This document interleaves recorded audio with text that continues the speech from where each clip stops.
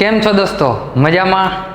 तो चलो आज आगे बढ़ते हैं स्पेक्ट्रोस्कोपी के साथ। हमने अगले लेक्चर में क्या सीखा था? नंबर ऑफ सिग्नल कैलकुलेट करना। चलो आइए कुछ और एग्जांपल देखते हैं।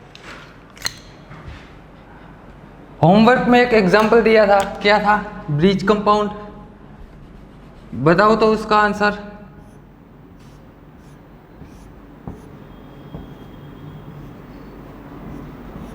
ऐसा ही था ना? देखो, एक हाइड्रोजन यहाँ पे होगा जिसे हम ब्रिज हेड बोलते हैं। ये है फ्रंट ब्रिज हेड। इसका हाइड्रोजन अप की ओर आएगा। ये है बैक वाला ब्रिज हेड। इसका हाइड्रोजन पीछे की ओर जाता है। इसका हाइड्रोजन बिलो द प्लेन होता है। यहाँ भी दो हाइड्रोजन है, यहाँ पे हाइड्रोजन, यहाँ पे भी हाइड्रोजन है। ये वैलेंसी को हम एंडो वैलेंसी बोलते हैं, जो आप स्टीरियो केमिस्ट्री में पढ़ेंगे। ये वैलेंसी को हम एक्सो वैलेंसी बोलते हैं। यहाँ पे भी एक एंडो वैलेंसी, एक एक्सो वैलेंसी, एक एंडो वैलेंसी, एक एक्सो वैलेंसी।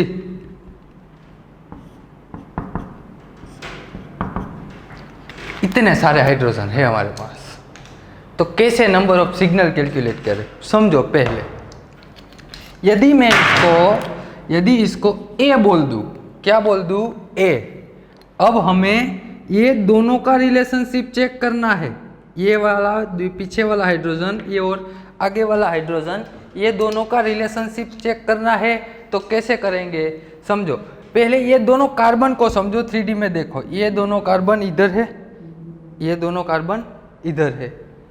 यहाँ पे एक हाइड्रोजन नीचे की ओर है और एक हाइड्रोजन यहाँ भी नीचे की ओर है। अब समझो, ये सारा ब्रिज, वो तो आपको 3D में मालूम होगा, मैं दिखाता हूँ आपको ब्रिज 3D में कैसा होगा। देखो, यहाँ एक हाइड्रोजन है, एक हाइड्रोजन यहाँ है। अब इन दोनों के बीच में एक सेंटर में कार्बन है, और ये जो सेंटर में कार्बन है वहाँ पे भी दो हाइड्रोजन, एक हाइड्रोजन इस ओर आ रहा है, दूसरा हाइड्रोजन इस ओर आ रहा है। मैं सिर्फ ये दोनों हाइड्रोजन की ही बात कर रहा हूँ, दूसरा कोई नहीं। ये सिर्फ दोनों हाइड्रोजन समझो। ये हाइड्रोजन यहाँ नीचे की ओर, यहाँ पे भी नीचे की ओर। देखो, यहाँ से मैं यहाँ से प्लेन लगाता हूँ, प्लेन। ये जो दोनों ऊपर वाले, ये ऊपर वाले दोनों हाइड्रोजन और कार्बन कट हो जाएंगे। आओ नीचे आओ, क्या होगा? नीचे चले आओ, ये बॉन्ड भी कट हो जाएगा, ये वाला बॉन्ड भी कट हो जाएगा। नीचे चले आओ, क्या मिलता है? ये दोनों हाइड्रोजन के बीच में से प्लेन पास होता है। इसका मतलब ये हुआ, अगर ये दोनों हाइड्रोजन दोनों की मिरर इमेज हो गई, और ये वाला हाइड्रोजन जो हमने HA बोला, इसकी मिरर इमेज ये पीछे वाला हाइड्रोजन हो जाता है, तो क्या होता है? इसको HA बोला तो इसको भी क्या बोलना पड़ेगा? HA ही बोलना पड़ेगा। तो इसको भी मैं HA लिख देता हूँ। यह भी हो गया हमारा HA। बात करते हैं ये दोनों हाइड्रोजन की, ये दोनों आगे वाले हाइड्रोजन की। तो समझना, ये प्लेन हमने यहाँ से लगाया ना, दूसरा प्लेन लगाओ सामने से, आपकी आंख में से निकलता हुआ सामने से प्लेन लगाओ। ये जो कार्बन है, ये सिर्फ कार्बन को कट करेगा, कार्बन को कट करता है। ये फ्रंट ब्रिज कार्बन को कट करता है, और ये बैक वाले ब्रिज हेड को कट करता है। ये दोनों ब्रिज हेड को कट करता हुआ प्लेन लगाओ, ये हाइड्रोजन भी कट हो जाएंगे। यहाँ पे हाइड्रोजन है, एक हाइड्रोजन इस ओर है। ये दोनों हाइड्रोजन की हमें क्या मिलेगी? मिरर इमेज मिलेगी। यानी कि ये दोनों हाइड्रोजन भी सेम हो गए। यहाँ से चले आओ, सीधा चले जाओ नीचे की ओर। यहाँ भी एक नीचे की ओर हाइड्रोजन, यहाँ पे भी एक नीचे की ओर हाइड्रोजन। ये दोनों हाइड्रोजन की हमें मिरर इमेज मिलती है। यानी कि इसको हमने HA बोला, तो ये भी क्या हो जाएगा? HA ही हो जाएगा। ये भी हो गया HA, वैसे ही ये भी हो गया HA। लेकिन ये वैलेंसी कौन सी है? एंडो वैलेंसी है। और ये वैलेंसी कौन सी है? एक्सो वैलेंसी है। और इसमें एंडो और एक्सो दोनों अलग अलग सिग्नल देंगे, क्योंकि देखो यहाँ ये जो HA है वो किसके इन्वायरमेंट में आया? ये 3 एंडो के इन्वायरमेंट में आया ना। ये वाला हाइड्रोजन 3 एंडो के इन्वायरमेंट में आया। और यहाँ पे हाइड्रोजन है जो एक्सो में है, इस और ऊपर की ओर, वो किसके इन्वायरमेंट में आया? वो ए वाले चोटी वाले कार्बन के इन्वायरमेंट में आया। आई बात समझ में? इसका मतलब ये एक्सो का इन्वायरमेंट अलग हो गया, इंडो का इन्वायरमेंट भी अलग हो गया, यानी कि एक्सो और इंडो दोनों नॉन इक्विवेलेंट हो गए। तो इसको यदि मैं एच बी बोलूँ, यहाँ से प्लेन लगाओ तो ये भी बी हो जाएगा, ये भी क्या हो गया बी, ये भी बी हो गया। इसको यदि मैं सी बोलूँ तो ये भी सी, ये डी हो गया और ये भी डी हो गया। टोटल नंबर ऑफ सिग्नल 4 हो जाएंगे। कितने आएंगे सिग्नल? 4। दूसरा एग्जाम्पल कौन सा था?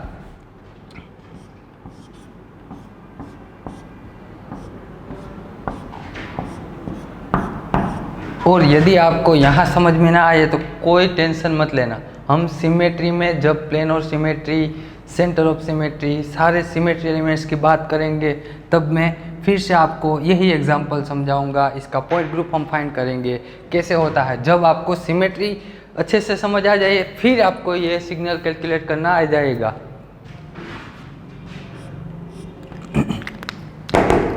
इसके फाइंड करने हैं। देखो यहाँ पे क्या है, 2 हाइड्रोजन है और ये हो गया हमारा CH2।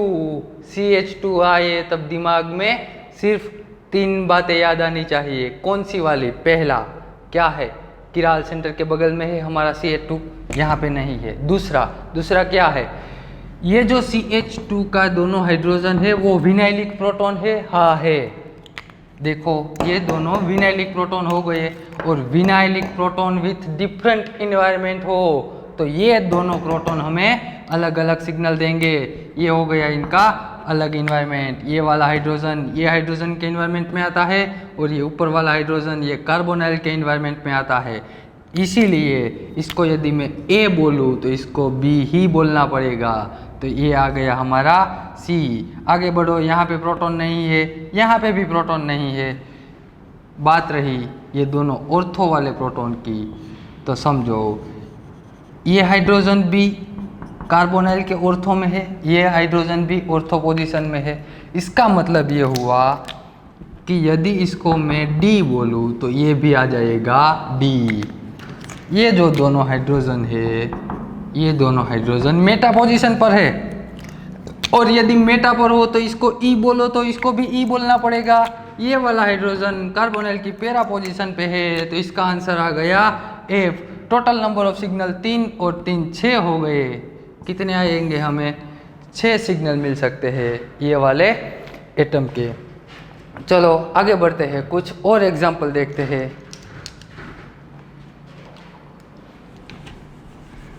और एक बात देखो, यहाँ आपको दिमाग में यदि आए क्वेश्चन हो कि ये दोनों प्रोटॉन कैसे इक्विवेलेंट हो गए।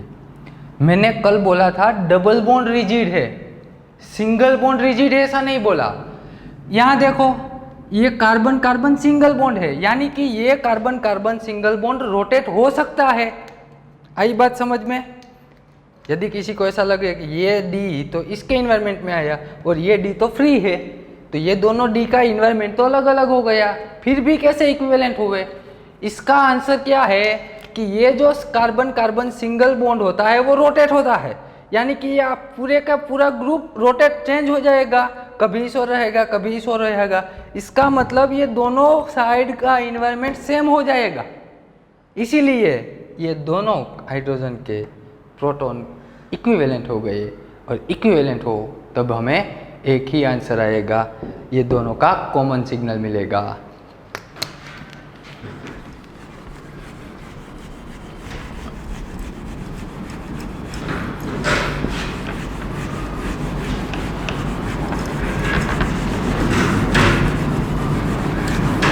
और भाई अभी तक जिन्होंने प्रैक्टिस नहीं की है, ज़्यादा एग्जाम्पल की, वो स्टार्ट कर देना प्रैक्टिस, क्योंकि इतने में से आपको सिर्फ पता चलेगा कि कैसे कैलकुलेट किए जाते हैं नंबर ऑफ सिग्नल, लेकिन आपको सीखने के लिए खुद ही प्रैक्टिस करनी होगी। यदि स्पीड चाहिए और एक्यूरेसी चाहिए तो खुद ही प्रैक्टिस करनी होगी। BSc MSc की बुक निकाल लो पूरी, कितने सारे स्ट्रक्चर आए होंगे, निकाल लो सभी के नंबर ऑफ सिग्नल। तो देखो पहले वीडियो पॉज करके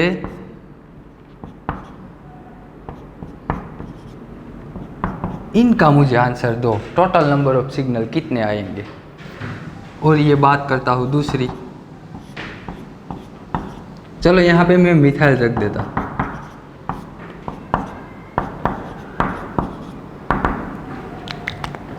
इसका टोटल नंबर ऑफ सिग्नल दोनों का पहले वीडियो पॉज करके लिखो, बाद में मैं सोल्व करवाता हूँ। समझो क्या कहता है। यदि डायरेक्ट देखे तो इसका एक सिग्नल, इसको मैं ए बोल दूँ, नाइट्रोजन के ऊपर रहेले दोनों प्रोटॉन को बी बोल दूँ, ये दोनों तो इक्विवेलेंट है ना, इक्विवेलेंट। देखो इधर देखो, नाइट्रोजन पे लोन पेयर, ये वाला जो हाइड्रोजन है वो नाइट्रोजन से जुड़ा हुआ है और नाइट्रोजन कार्बोनाइल से जुड़ा हुआ है, एमाइड है हमारा।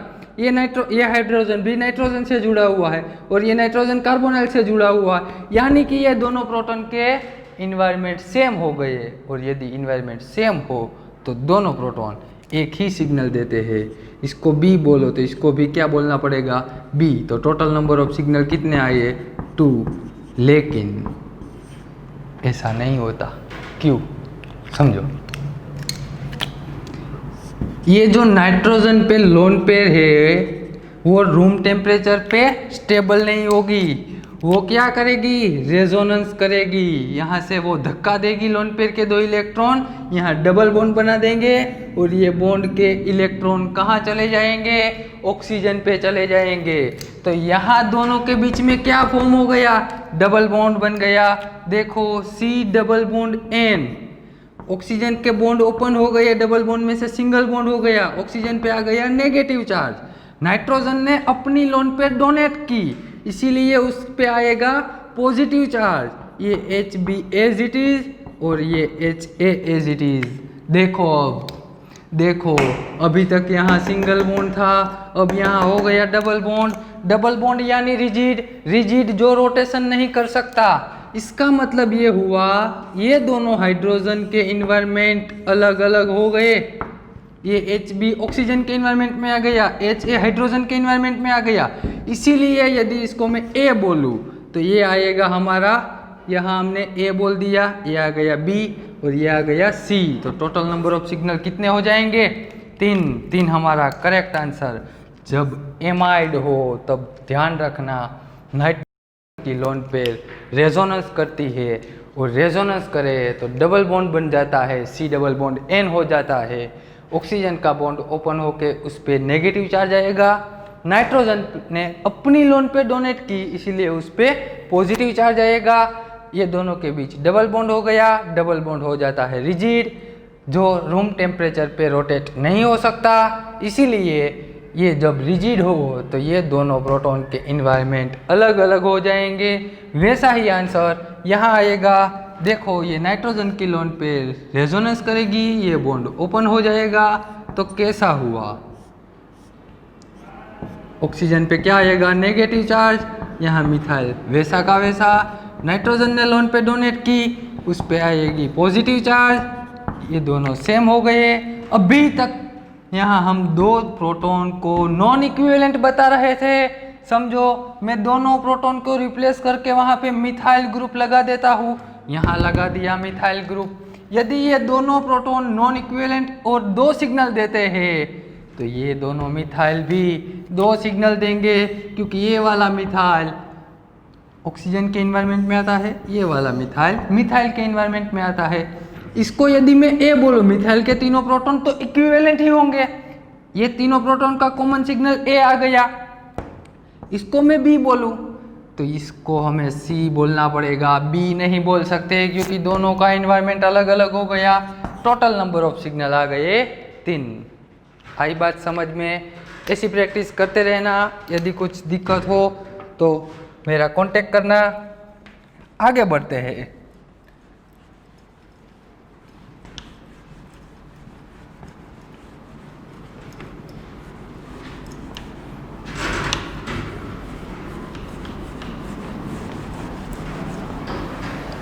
समझो, जब हम छोटे बच्चे थे तब हमने एक खिलौने से खेला था। कौन सा वाला खिलौना? मैग्नेट। सभी ने खेला होगा, और जिन्होंने नहीं खेला वो अब खेल ले।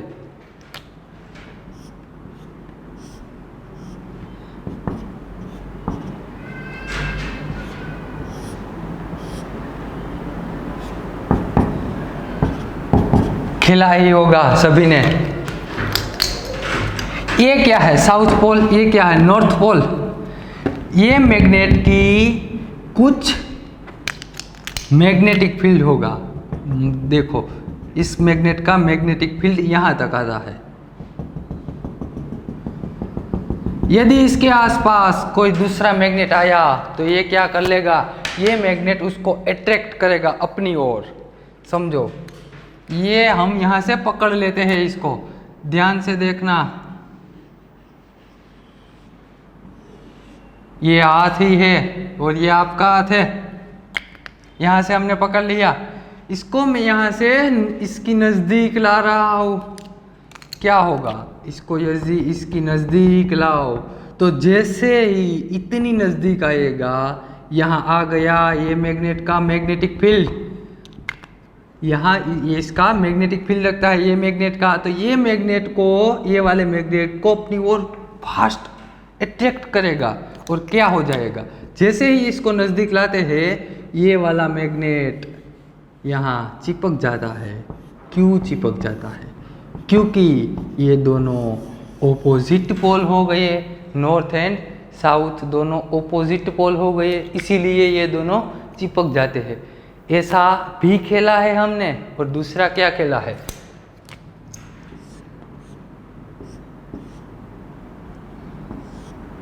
यदि यहाँ नॉर्थ रखूँ, यहाँ भी नॉर्थ ये साउथ, समझना, इसको मैं फिक्स कर देता हूँ, ये यहाँ से हिल नहीं सकता। मैंने यहाँ पीछे सपोर्ट लगा दिया, ये यहाँ से हिल नहीं सकता। अब क्या होगा,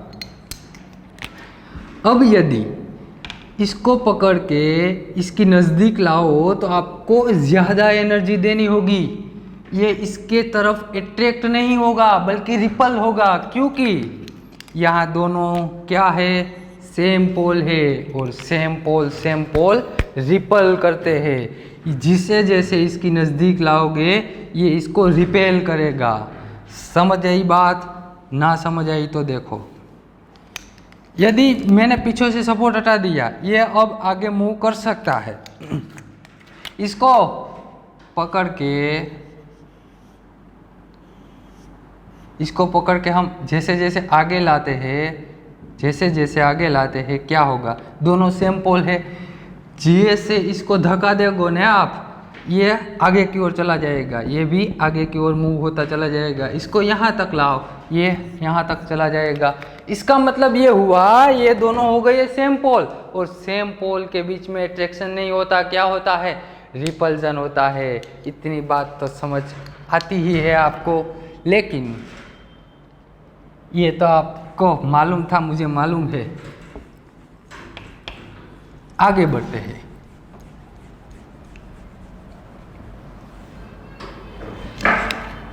अब तक हमने पढ़ा था इलेक्ट्रॉन में स्पिन होते हैं, अप स्पिन और डाउन स्पिन। उसको रिप्रेजेंट एस से किया जाता है। अप स्पिन है तो +1/2 लिखते हैं, डाउन स्पिन है तो -1/2 लिखते हैं। ये सब बात इनऑर्गेनिक में आप पढ़ते होंगे। लेकिन NMR स्पेक्ट्रोस्कोपी यानी कि न्यूक्लियर मैग्नेटिक रेजोनेंस, यहाँ आती है न्यूक्लियस की स्पिन आती है। न्यूक्लियर स्पिन को हम किससे रिप्रेजेंट करते हैं, आई से रिप्रेजेंट करते हैं। तो समझो, मैं बता दूं, न्यूक्लियर की भी स्पिन होती है, हमने कल देखा था। न्यूक्लियर की स्पिन यदि अप हो, या तो न्यूक्लियस की स्पिन क्या हो सकती है, डाउन भी हो सकती है। ये दोनों प्रोबेबिलिटी है। और यहाँ पे इस पे हम रेडियो फ्रीक्वेंसी आपात करें,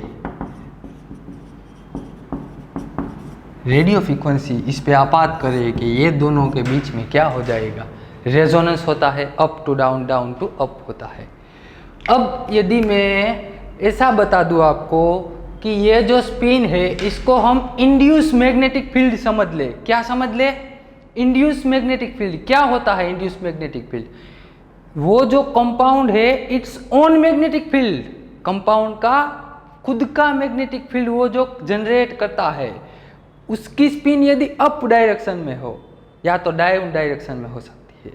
समझो, ये कोई भी कंपाउंड है, मान लीजिए उसका इंड्यूस खुद का मैग्नेटिक फील्ड है वो अप डायरेक्शन में है, और ये दूसरा कंपाउंड के जिसका मैग्नेटिक फील्ड डाउन डायरेक्शन में है। अब बात आती है अप्लाइड मैग्नेटिक फील्ड की, यानी कि एक्सटर्नल मैग्नेटिक फील्ड जो हम अप्लाई करते हैं, मैंने यहाँ से डाउन में से मैग्नेटिक फील्ड अप्लाई कर दिया जिसको हम बोलेंगे H0। ये क्या है? Applied magnetic field.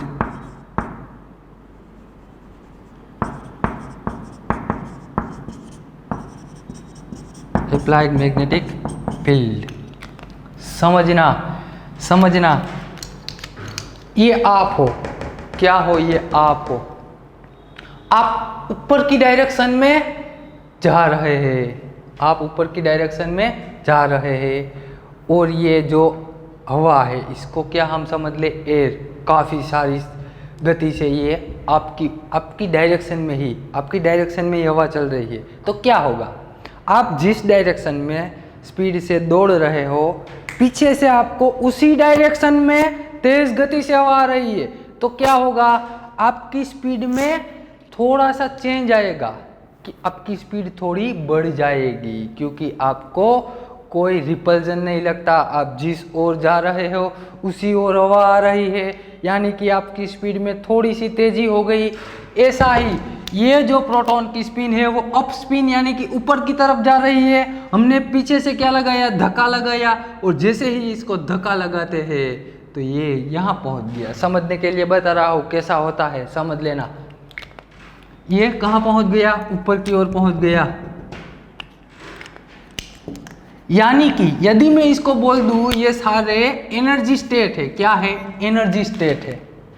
इसको बोल दूं एनर्जी स्टेट है, तो पहले इसकी एनर्जी ऐसी थी, वो धीमे धीमे ऊपर की ओर जा रहा था, लेकिन हमने यहाँ से क्या किया? धक्का दिया, तो इसकी स्पीड ज़्यादा हो गई और ये पहुँच गया ऊपर वाले एनर्जी लेवल तक। इसका मतलब ये हुआ कि इसकी एनर्जी क्या हो गई?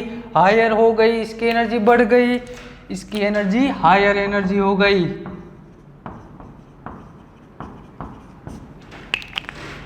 इंड्यूस मैग्नेटिक, इस ऐसे भी बोल सकते हैं कि इंड्यूस मैग्नेटिक फील्ड की जो डायरेक्शन है उसी डायरेक्शन में हमने मैग्नेटिक फील्ड अप्लाई किया, इसीलिए उसकी एनर्जी क्या हो गई? ज़्यादा हो गई।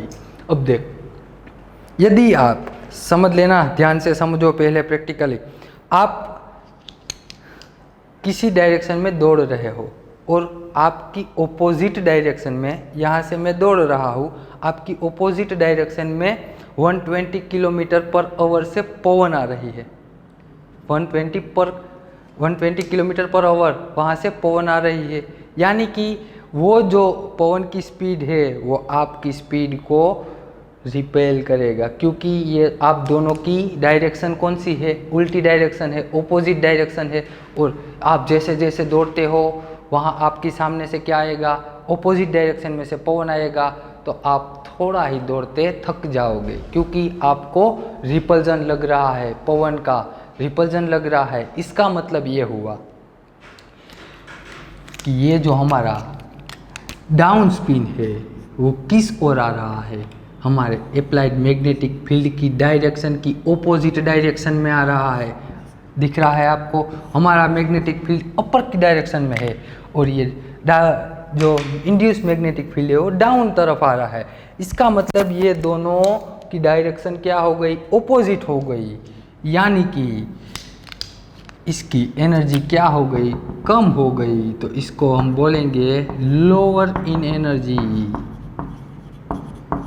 आई बात समझ में? ये क्या हो गया? Lower in energy. इसकी एनर्जी क्या हो गई? बढ़ गई, और इसकी एनर्जी क्या हो गई? कम हो गई। कैसे हुई?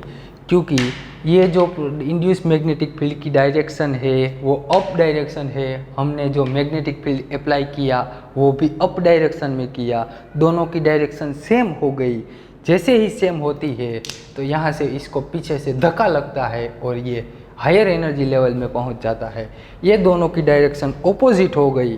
जैसे ओपोजिट हो तो ये लोअर इन एनर्जी में स्टेट में आ जाता है। आई बात इतनी समझ में? तो देखते हैं इंड्यूस मैग्नेटिक फील्ड किसे बोलते हैं।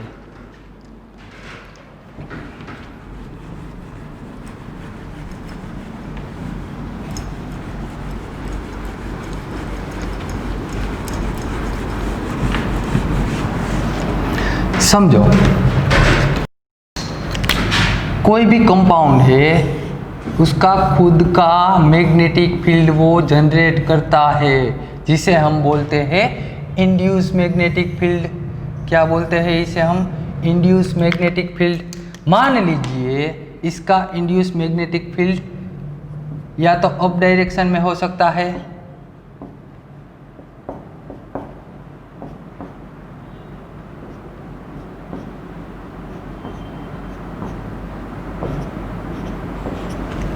कैसा है, कैसा दिख रहा है आपको?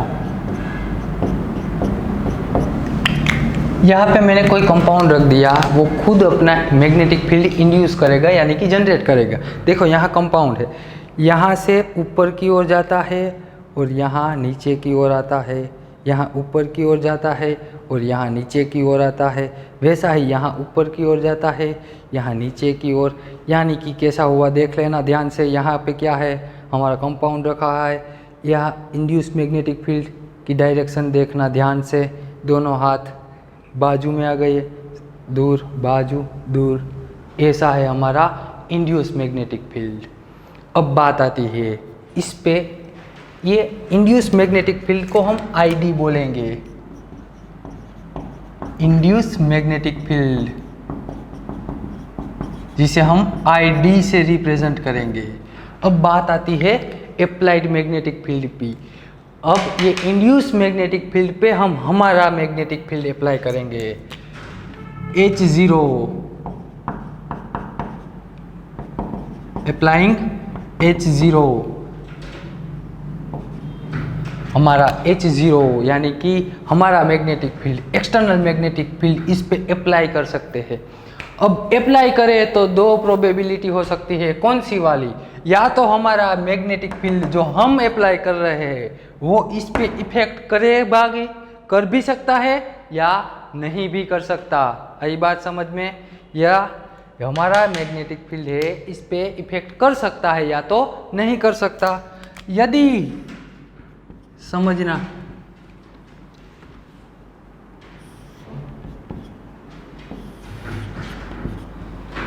यदि इफेक्ट करे, ID is affected to H0, induce magnetic field पे हमारे मैग्नेटिक फील्ड की इफेक्ट हो रही है। दूसरी probability, ID is does not affected to H0, यानी कि ये इंड्यूस मैग्नेटिक फील्ड पे हमारे मैग्नेटिक फील्ड की कुछ इफेक्ट नहीं हो रही है। यदि कुछ भी इफेक्ट ना हो तो ये जो, और एक बात, ये सारे की सारी बात हम किस में पढ़ रहे हैं वो मत भूल जाना, NMR में। यानी कि हम सिर्फ किस पे फोकस करेंगे? हाइड्रोजन पे फोकस करेंगे। और ये जो हाइड्रोजन का ही बात होगी अभी, ये आईडी वो किसका होगा? हाइड्रोजन का होगा। इंड्यूस मैग्नेटिक फील्ड भी प्रोटॉन का होगा। यहाँ पे क्या होगा? ID is does not affected to H0। इसका मतलब ये हुआ हमारे प्रोटॉन पे कोई भी एक्सटर्नल मैग्नेटिक फील्ड अफेक्ट नहीं कर रहा है, तो वो वाले प्रोटॉन को हम फ्री प्रोटॉन बोलते हैं। क्या बोलते हैं? Free proton. और उसकी डेल्टा ppm फिक्स होती है, 5 डेल्टा ppm होती है। याद रखना, जो प्रोटॉन पे एक्सटर्नल मैग्नेटिक फील्ड की कोई इफेक्ट ना हो उसे हम क्या बोलते हैं? फ्री प्रोटॉन बोलते हैं। और उसकी डेल्टा ppm फिक्स होती है 5 डेल्टा ppm। यदि इफेक्ट करे फिर भी दो प्रोबेबिलिटी। अब देखो, ये आईडी की दो डायरेक्शन हो सकती है, इंड्यूस मैग्नेटिक फील्ड की दो डायरेक्शन हो सकती है। या तो वो अप डायरेक्शन में हो सकता है या तो डाउन डायरेक्शन में हो सकता है, इसीलिए दो प्रोबेबिलिटी। यदि आईडी पे हमारा मैग्नेटिक फील्ड अफेक्ट कर रहा है तो कैसे कर रहा है? आईडी की डायरेक्शन में कर रहा है या आईडी की ऑपोजिट डायरेक्शन में कर रहा है? तो समझो,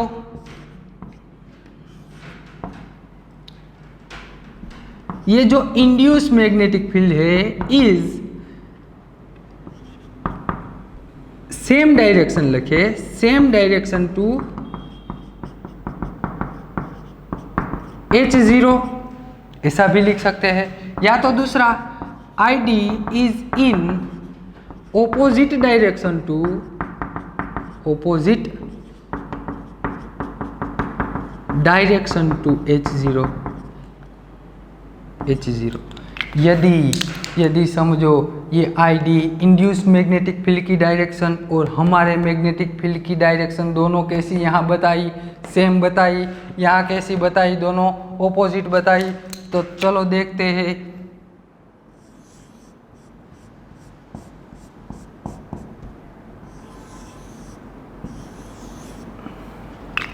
समझना, मैं सिर्फ इतने जोन की ही बात करूंगा, दूसरा जोन अभी हमें नहीं देखना है।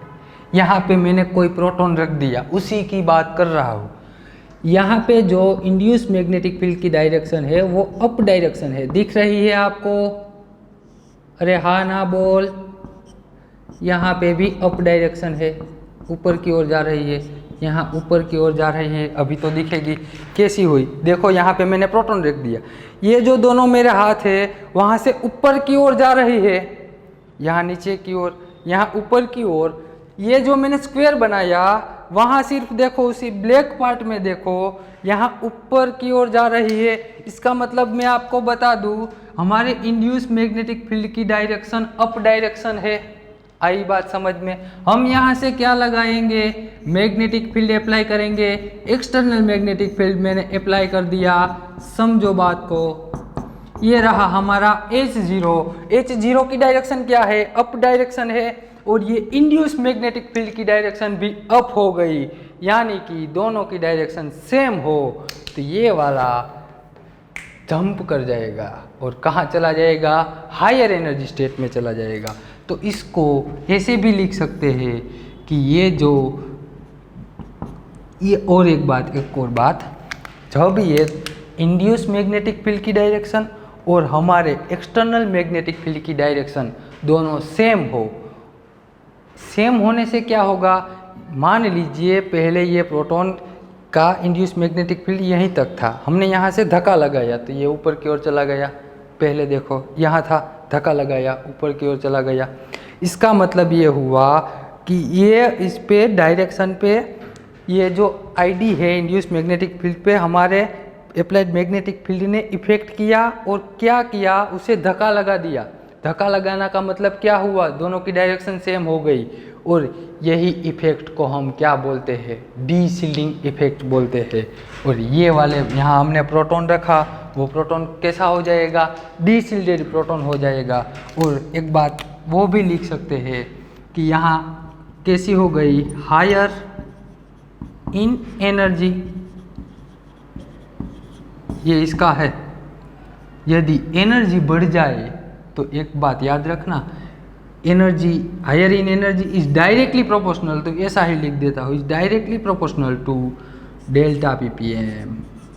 जैसे जैसे एनर्जी बढ़ती जाएगी वैसे वैसे डेल्टा PPM इंक्रीज होती जाएगी, और इसकी डेल्टा PPM 5 to 10 PPM हो जाएगी। समझना बात को, यहाँ पे कुछ भी इफेक्ट नहीं हो रहा है, इसीलिए इसकी डेल्टा PPM 5 है।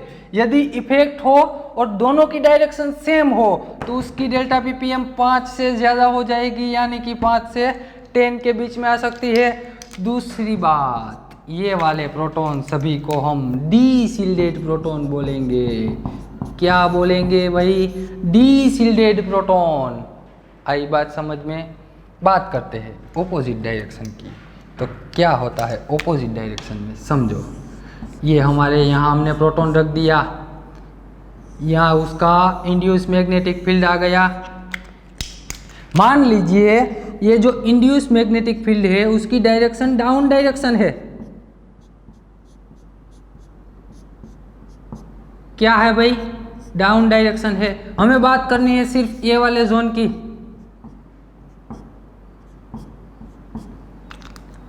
यहाँ डायरेक्शन क्या हो गई? Down direction. लेकिन हमने मैग्नेटिक फील्ड अप्लाई नीचे से ही किया हुआ है।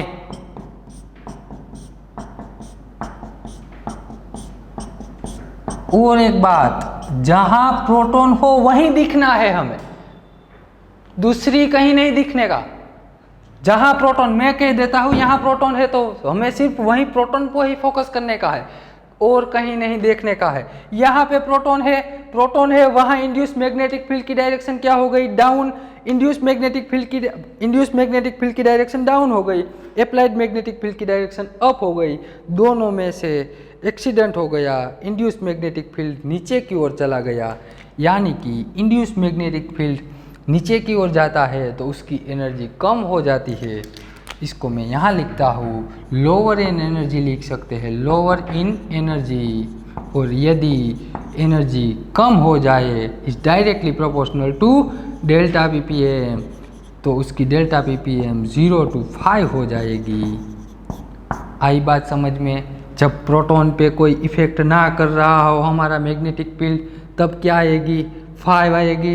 यदि इफेक्ट कर रहा हो उसमें दो प्रोबेबिलिटी, हमारे इंड्यूस मैग्नेटिक फील्ड की डायरेक्शन में इफेक्ट कर रहा है इंड्यूस मैग्नेटिक फील्ड, और हमारे अप्लाइड मैग्नेटिक फील्ड दोनों की डायरेक्शन सेम हो तो डेल्टा ppm बढ़ जाएगी।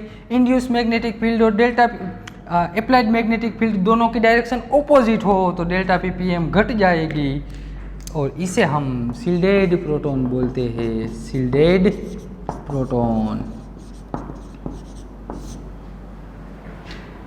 ये बात थी। और इसे भी हम क्या बोल सकते हैं, शिल्डेड प्रोटॉन। इसे भी क्या बोल सकते हैं, शिल्डेड। क्योंकि समझाओ शिल्डेड कैसे हो गया, वहाँ पे इफेक्ट क्यों नहीं किया, उसका रीज़न हम देखते हैं। आई बात इतनी समझ में? आपको एक ही बात याद रखनी है कि हाँ, जहाँ प्रोटॉन है वहीं दिखना है। प्रोटॉन है वहाँ इंड्यूस मैग्नेटिक फील्ड की डायरेक्शन कौन सी है, और वो इंड्यूस मैग्नेटिक फील्ड की डायरेक्शन फिक्स होती है, वो हम चेंज नहीं कर सकते कि चलो ऐसे घुमाओ, ऐसे घुमाओ, वैसे घुमाओ, ऐसा नहीं हो सकता। फिक्स होती है। वो कौन सी होती है मैं आपको बता दूंगा। दो ही है, एरोमेटिक कंपाउंड और एंटी एरोमेटिक, और एसाइक्लिक। एसाइक्लिक और एरोमेटिक की दोनों की सेम है, एंटी एरोमेटिक की चेंज हो जाएगी। ये दो ही इंड्यूस मैग्नेटिक फील्ड की डायरेक्शन हो सकती है। इसीलिए जब इंड्यूस मैग्नेटिक फील्ड में डीशिल्डेड प्रोटॉन हो तो उसकी डेल्टा ppm ज़्यादा होगी, शिल्डेड प्रोटॉन हो तो उसकी डेल्टा ppm कम होगी। इतनी बात ही आपको याद रखनी है, और आपको ये लिखना ही लिखना है अपनी नोट में।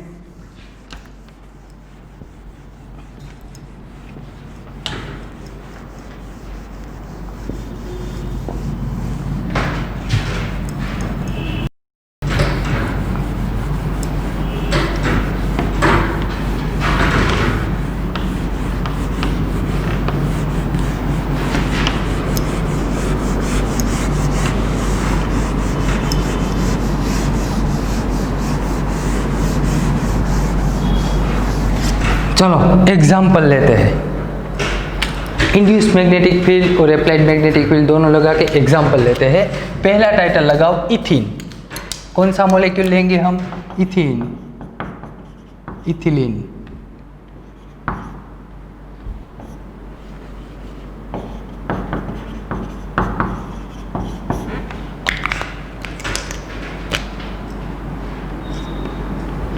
ध्यान से देखना, मैं जो दिखा रहा हूं वही देखना,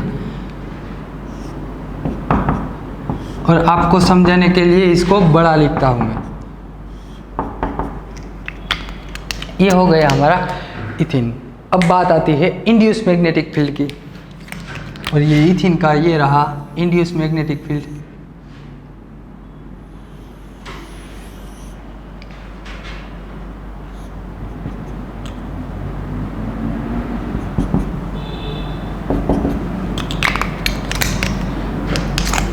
ये फिक्स है, इसको चेंज नहीं करने का है हमको।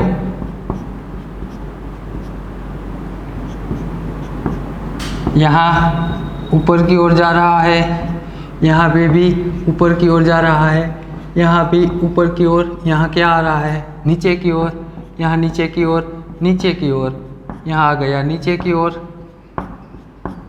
यहाँ फिर से ऊपर की ओर, यहाँ पे भी ऊपर की ओर, ऊपर की ओर। ये हो गया इंड्यूस मैग्नेटिक फील्ड। दिख रहा है आपको कैसा है इंड्यूस मैग्नेटिक फील्ड?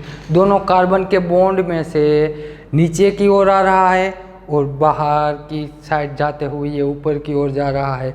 देखो ये हो गया हमारा इंड्यूस मैग्नेटिक फील्ड, जिनकी डायरेक्शन फिक्स है, हमें चेंज नहीं करना है। अब ये एसाइक्लिक कंपाउंड, एरोमेटिक कंपाउंड, ये सभी में ऐसी ही डायरेक्शन आएगी। आई बात समझ में? इसको ध्यान से देख लेना, खुद अपने हाथ, दोनों हाथ से प्रैक्टिस कर लो, बैठे हो। ऐसे इंड्यूस मैग्नेटिक फील्ड की डायरेक्शन। बात आती है अप्लाइड मैग्नेटिक फील्ड की डायरेक्शन।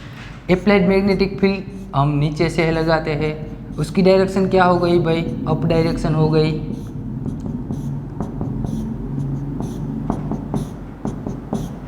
ये हो गई अप डायरेक्शन। समझो, ये है अप्लाइड मैग्नेटिक फील्ड, ये है आईडी इंड्यूस मैग्नेटिक फील्ड। अब बात आती है दोनों की डायरेक्शन कैसे चेक करें। मैंने पहले बोला था जहाँ प्रोटॉन है वहीं देखना है। देखो यहाँ प्रोटॉन है, तो यहाँ जो प्रोटॉन है, मैं ये वाले प्रोटॉन की बात कर रहा हूँ, ध्यान से देखना, ये वाले प्रोटॉन की, ये जो प्रोटॉन है वहाँ पे इंड्यूस मैग्नेटिक फील्ड की डायरेक्शन कौन सी है? अप। ये देख रहा है आपको, ऊपर की ओर जाती हुई, यहाँ पे ऊपर की ओर जा रही है।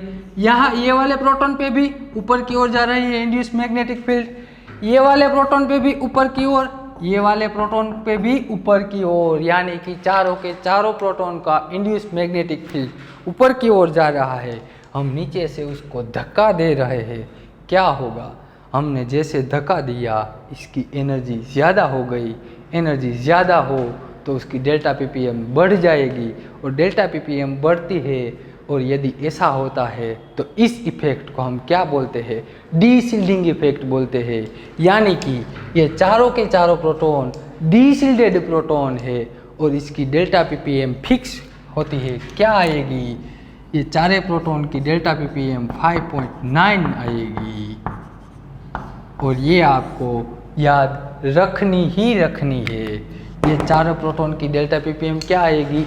5.9 डेल्टा पीपीएम। अब बात करते हैं मैग्नेटिक फील्ड कहाँ कहाँ लगा। पहला तो क्या था? इंड्यूस। पहला हम ये अप्लाइड लिख देते हैं, इसे हम एक्सटर्नल मैग्नेटिक फील्ड बोलते हैं, जिसे हम H0 से रिप्रेजेंट करते हैं। दूसरा क्या हुआ? दूसरा हो गया हमारा induce magnetic field. Induce magnetic field जिसे हम ID से रिप्रेजेंट करते हैं। एक और बात समझो, यहाँ आ गया हमारा पाई बॉन्ड, और यदि जब पाई बॉन्ड आए तो वो पाई बॉन्ड अपना खुद का मैग्नेटिक फील्ड फिर से जनरेट करेगा, और इसे हम बोलते हैं, ये हो गया हमारा पाई बॉन्ड का मैग्नेटिक फील्ड। ध्यान से देखना, जब पाई बॉन्ड आए तो pi magnetic field due to pi bond, magnetic field due to pi bond. और एक बात, इंड्यूस मैग्नेटिक फील्ड और पाई बॉन्ड द्वारा जो जनरेट होता है वो मैग्नेटिक फील्ड, दोनों की डायरेक्शन क्या होगी? सेम होगी। इसीलिए तीसरा आएगा magnetic field due to pi bond, magnetic field due to pi bond. ये आ गया हमारा पाई। अब देखो, ये यहाँ पे क्या था? इंड्यूस मैग्नेटिक फील्ड की डायरेक्शन अप डायरेक्शन थी। इसका मतलब ये हुआ आईडी की डायरेक्शन अप हो गई। पाई बॉन्ड की जो मैग्नेटिक फील्ड जनरेट हो रहा है, ये दोनों की डायरेक्शन क्या होती है? सेम होती है। ये अप डायरेक्शन में जा रहा है, पाई बॉन्ड भी इसे ऊपर की ओर धक्का दे रहा है, अप्लाइड मैग्नेटिक फील्ड भी उसे ऊपर की ओर धक्का दे रहा है। तीनों की डायरेक्शन सेम हो गई, तो तीनों का क्या करेंगे? हम समेशन करेंगे, और ये समेशन के बाद ये आता है 5.9। इसीलिए इसका टोटल मैग्नेटिक फील्ड क्या हो गया? टोटल मैग्नेटिक फील्ड हो गया हमारा H0 plus ID induce magnetic field plus pi. ये सब आपको समझाने के लिए हो रहा है कि ऐसा क्यों होता है, कैसे डेल्टा पीपीएम होती है। और अब हम आगे बढ़ेंगे, बात करेंगे कि ये डेल्टा पीपीएम हमें कहाँ ज़रूरत पड़ेगी, वो कहाँ से आई, वो ऐसे निकाली जाती है मैग्नेटिक फील्ड से। पता लगाया जाता है कि इसकी डेल्टा पीपीएम क्या होगी, ये प्रोटॉन शील्डेड होगा या प्रोटॉन डीशील्डेड होगा। और हमें सिर्फ इतना याद रखना है, ये इथीन के चारों प्रोटॉन की डेल्टा पीपीएम 5.9 होगी, इतना याद रखना है। एग्जाम में तो यही पूछेगा, एग्जाम में ये थोड़ी ना पूछेगा कि ये ड्रॉ करो। आगे बढ़ते हैं, बात करते हैं एसिटिलीन की।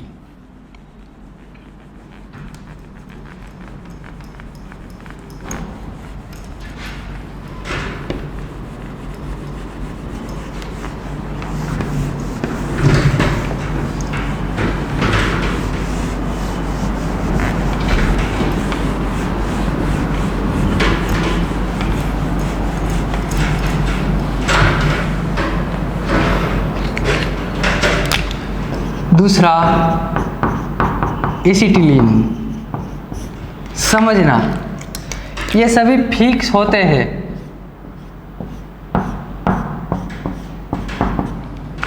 लीनियर मॉलिक्यूल, इसका इंड्यूस मैग्नेटिक फील्ड इथिलीन में जैसा था वैसे का वैसा ही इंड्यूस मैग्नेटिक फील्ड इसमें भी आएगा। किस ओर था, बीच में से सेंटर में से डाउन की ओर था। बाहर जाते हैं तो वहाँ अप डायरेक्शन में होता है, यहाँ डाउन डायरेक्शन में है। यहाँ पे भी क्या है, डाउन डायरेक्शन में है, यहाँ डाउन डायरेक्शन में है। सर्कुलर पाथ में घूमता रहता है। ये हो गई हमारे इंड्यूस मैग्नेटिक फील्ड की डायरेक्शन। दिख रही है आपको, दोनों में सेम थे। पहले में भी क्या था, बीच में से डाउन डायरेक्शन, बाद में अप डायरेक्शन, बीच में से down direction, up direction, down up, ऐसा था इंड्यूस मैग्नेटिक फील्ड। यहाँ पे भी पाई बॉन्ड है तो ये पाई बॉन्ड के द्वारा भी मैग्नेटिक फील्ड जनरेट हो जाएगा। बात करते हैं अप्लाइड मैग्नेटिक फील्ड की। यहाँ से हमने लगा दिया हमारा अप्लाइड मैग्नेटिक फील्ड H0। क्या होता है इसको, H0 देखो भाई, देखो यहाँ देखो प्रोटॉन है, वहीं देखो ये जो प्रोटॉन है वहाँ इंड्यूस मैग्नेटिक फील्ड की डायरेक्शन क्या हो गई, डाउन डायरेक्शन। हमारे अप्लाइड मैग्नेटिक फील्ड की डायरेक्शन क्या है, अप। दोनों में क्या हो गया, एक्सीडेंट। इसकी डायरेक्शन डाउन है तो इसकी भी डायरेक्शन देखो डाउन है। दोनों प्रोटॉन की डायरेक्शन डाउन है, हमारे मैग्नेटिक फील्ड की डायरेक्शन अप है। दोनों का अकस्मात हो गया, यानी कि इसको हम बोल सकते हैं कि ये प्रोटॉन की एनर्जी कम हो गई। और जैसे एनर्जी कम हो जाती है तो उसकी डेल्टा पीपीएम की भी क्या हो जाती है, डेल्टा पीपीएम भी डाउन हो जाती है। और इसकी डेल्टा पीपीएम आएगी 2.8, जिसे हमें याद रखना है। और यहाँ क्या लिख सकते हैं, वहाँ पे हमने तीनों का समेशन किया था। अब यहाँ क्या करेंगे, अप्लाइड मैग्नेटिक फील्ड में से ये दोनों को बात करेंगे। पहला क्या था, magnetic field, applied magnetic field, external magnetic field, जिसे H0 बोलते हैं। दूसरा क्या था, इंड्यूस मैग्नेटिक फील्ड, मैंने बोला था इंड्यूस मैग्नेटिक फील्ड। और ये तीसरा magnetic field due to pi bond. ये दोनों की डायरेक्शन क्या होती है, सेम होती है। ये दोनों की डायरेक्शन सेम होती है। यदि ये डाउन में है तो ये भी क्या हो गया, डाउन में। इसका मतलब टोटल मैग्नेटिक फील्ड क्या हो गया, टोटल मैग्नेटिक फील्ड हो गया हमारा H0 में से ID को सब्सट्रैक्ट करें और इसमें से हो जाएगा पाई बॉन्ड। ये हो गया हमारा टोटल मैग्नेटिक फील्ड। इसका आंसर आएगा 2.8 डेल्टा पीपीएम। ये जो दोनों एसिटिलीन के दोनों प्रोटॉन है उसकी डेल्टा पीपीएम हो जाएगी 2.8। ये बात हुई एसिटिलीन की। बात करते हैं बेंजीन की, एरोमेटिक कंपाउंड।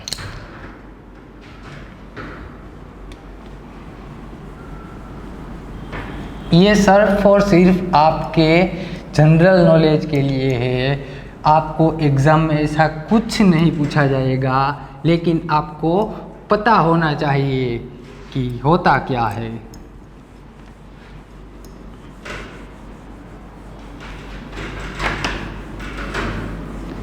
एग्ज़ाम में जैसे क्वेश्चन आएंगे वो सारे हम सोल्व करेंगे, लेकिन उससे पहले और बात बता दूँ, हमें दूसरे फ्लोर पे जाना है तो सीढ़ी पहले फ्लोर की चढ़ के बाद ही में दूसरे फ्लोर की सीढ़ी आएगी। इसीलिए पहले हमें बेसिक नॉलेज होना चाहिए, बाद में हम एग्जाम्पल के लिए फाइट करेंगे।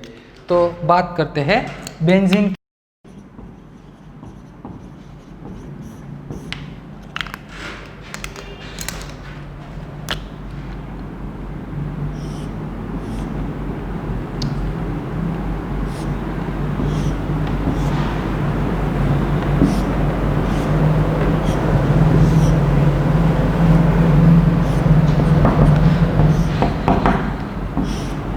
मैं आपको समझाने के लिए ऐसे बॉन्ड ड्रॉ कर रहा हूँ,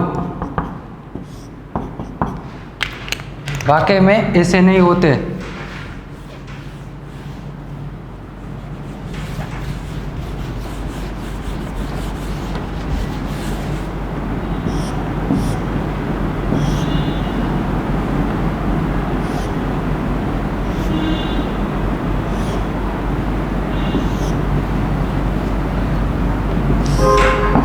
ये बॉन्ड आपकी ओर, मैंने प्लेन में रख दिया बेंजीन को, ऐसे प्लेन में, तो ये प्रोटॉन आपकी ओर आएगा, ये प्रोटॉन भी आपकी ओर आएगा।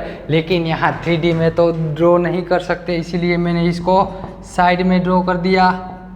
ये प्रोटॉन पीछे की ओर होगा, ये वाला प्रोटॉन भी पीछे की ओर होगा, ये प्रोटॉन भी साइड में होगा। ये हो गया हमारा बेंजीन। देखते हैं इसका इंड्यूस मैग्नेटिक फील्ड सेम ही है जैसा हमने किस में देखा था, इथिलीन में। दोनों हाथ जब जुड़े हुए हो तब नीचे की डायरेक्शन में जाएगा, बाद में ऊपर की डायरेक्शन में, नीचे की डायरेक्शन में, बाद में ऊपर की डायरेक्शन में। ऐसा घूम रहा है तो लगा दीजिए।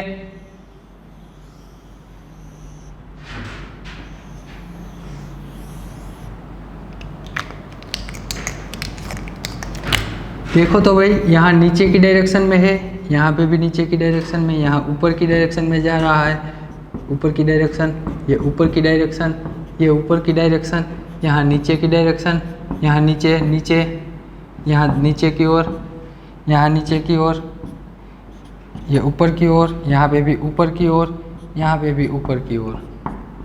ये हो गया हमारा इंड्यूस मैग्नेटिक फील्ड। और दूसरी बात मैं आपको समझा दूँ, यदि यहाँ हम 3 जोन रखते हैं, समझना, सिर्फ समझाने के लिए। एक ये वाला जोन, ये हो गया हमारा दूसरा जोन,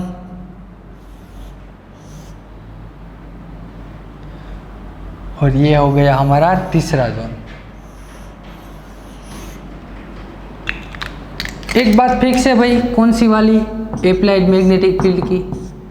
वो कहाँ से कहाँ जा रहा है? नीचे से ऊपर जा रहा है, तो चलो जाने दो उसको, नीचे से ऊपर जाने दो उसको। H0 जा रहा है ऊपर की डायरेक्शन में।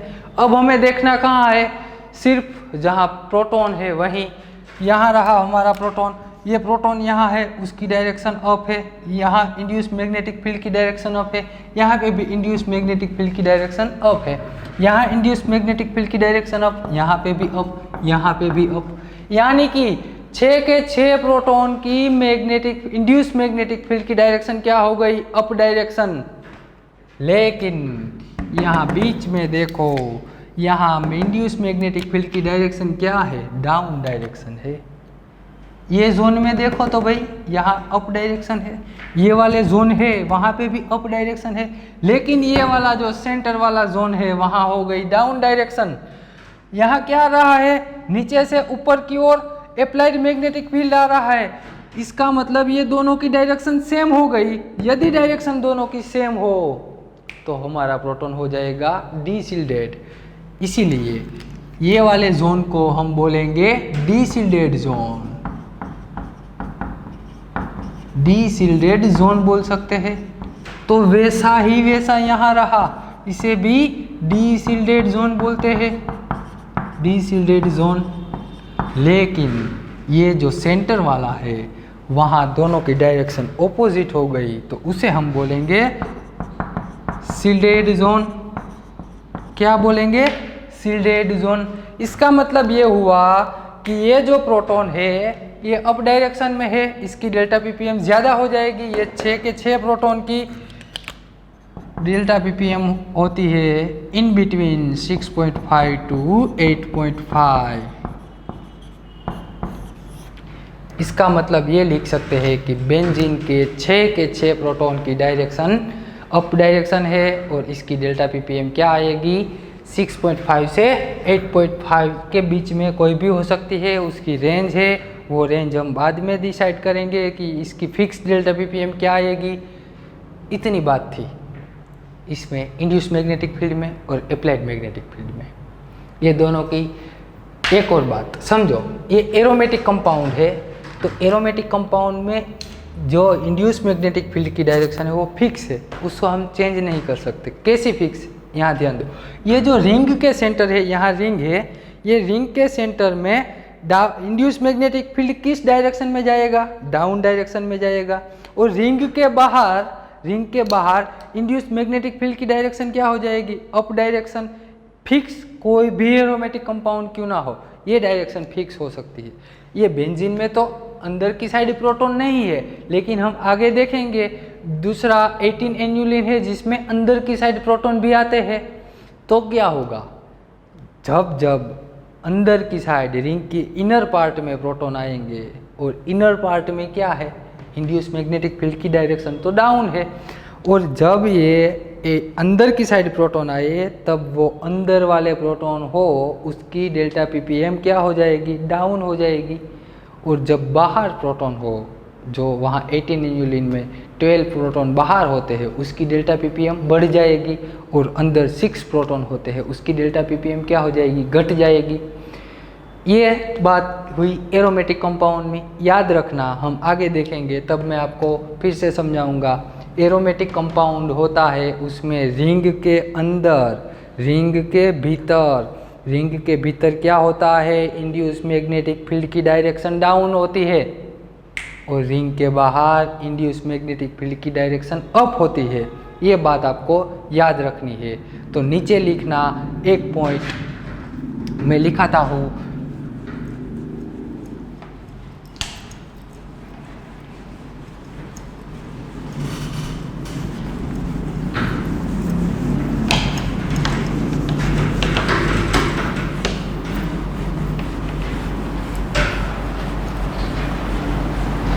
तो नीचे लिखिए एक पॉइंट, इन एरोमेटिक कंपाउंड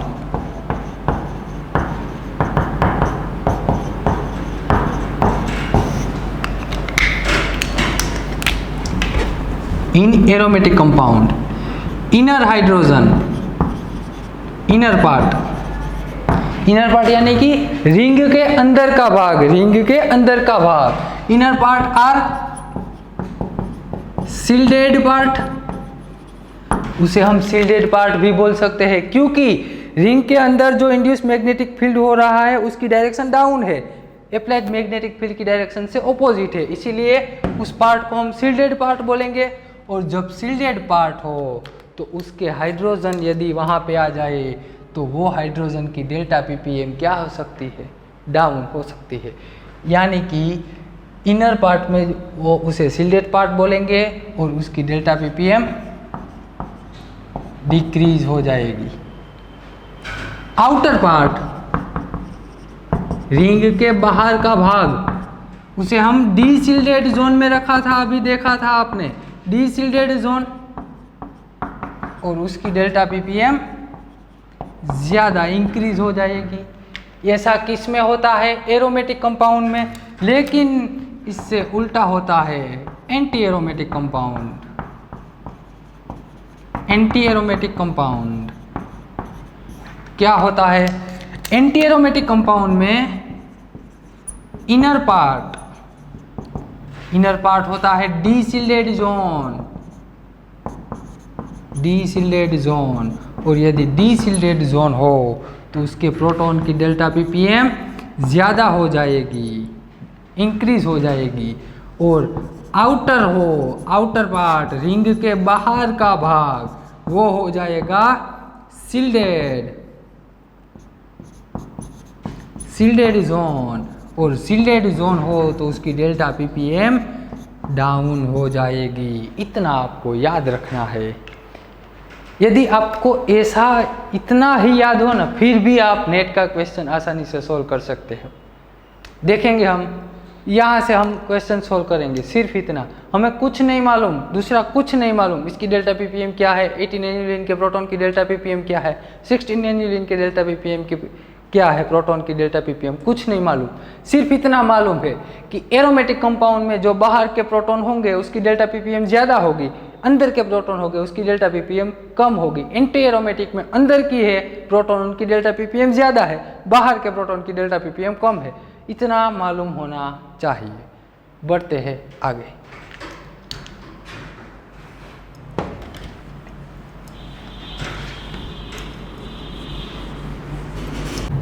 तो चलो बात करते हैं डेल्टा पीपीएम की।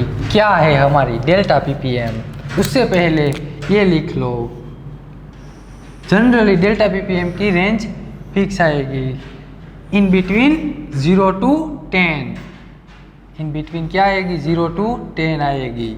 यहाँ 0 में लिख देता हूँ, बीच में से एक बाय आता है 5 नंबर, दूसरा आता है 10 नंबर।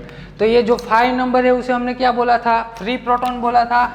ये हो गया हमारा फ्री प्रोटॉन, जिस पे हमारे अप्लाइड मैग्नेटिक फील्ड की इफेक्ट नहीं होती, वो होता है फ्री। जिस पे इफेक्ट होती है with same direction, induce magnetic field की डायरेक्शन भी सेम हो और अप्लाइड मैग्नेटिक फील्ड दोनों सेम डायरेक्शन में हो, तो उस प्रोटॉन को हम क्या बोलते थे?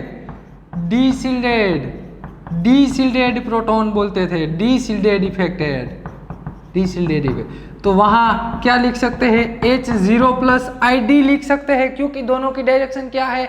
सेम डायरेक्शन है। दूसरा आता है जो ऑपोजिट डायरेक्शन था, अप्लाइड मैग्नेटिक फील्ड और इंड्यूस मैग्नेटिक फील्ड दोनों की डायरेक्शन ऑपोजिट थी, H0 माइनस ID होगा और वो प्रोटॉन होगा शिल्डेड प्रोटॉन। ये शिल्डेड इफेक्ट हो जाएगी, इतना याद रखना। यहाँ 5 से जो ऊपर की ओर है वो डीशिल्डेड प्रोटॉन है, 5 से डाउन है वो शिल्डेड प्रोटॉन है। टाइटल लगा दीजिए केमिकल शिफ्ट।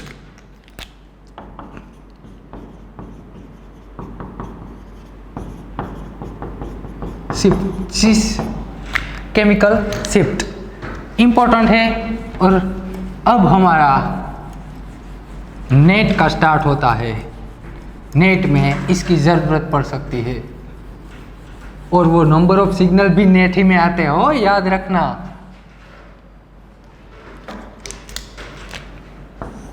तो किसे बोला जाता है chemical shift? Distance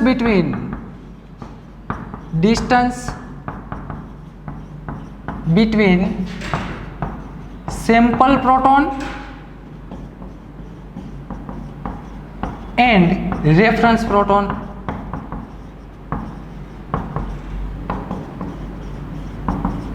sample proton and reference proton, इसका यूनिट क्या होता है भाई? Delta ppm. इसको रिप्रेजेंट एक तो डेल्टा से करते हैं, दूसरा टाउ से करते हैं। किससे करते हैं? टाउ से। तो क्या हो गया? डेल्टा पीपीएम यानी कि 10 माइनस टाउ भी लिख सकते हैं। दूसरा, यदि हमें टाउ में चाहिए तो 10 माइनस डेल्टा पीपीएम भी लिख सकते हैं। बात करते हैं इसके फॉर्मूले की। क्या है देखना, अच्छे से देखना, ताकि एग्जाम में आपको दिक्कत ना हो। हमें चाहिए, अभी मैंने डेल्टा लिखा, पीपीएम नहीं लिखा, लेकिन हमें चाहिए किसमें? पीपीएम में। फ्रीक्वेंसी ऑफ सैंपल प्रोटॉन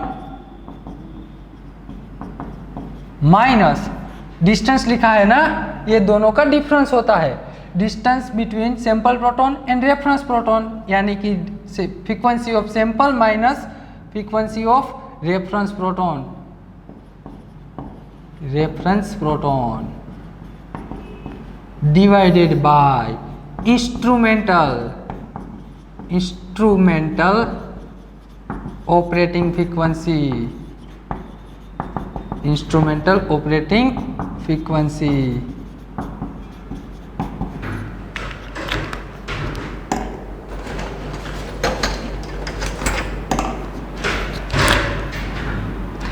देखो ये जो दोनों का डिफरेंस है उसको मैं डेल्टा वी लिख दूँ, डिफरेंस को डेल्टा फ्रीक्वेंसी लिख सकते हैं। ये बात रही इंस्ट्रूमेंटल ऑपरेटिंग फ्रीक्वेंसी, जो कि किस में होती है, मेगाहर्ट्ज में होती है। किस में, मेगाहर्ट्ज।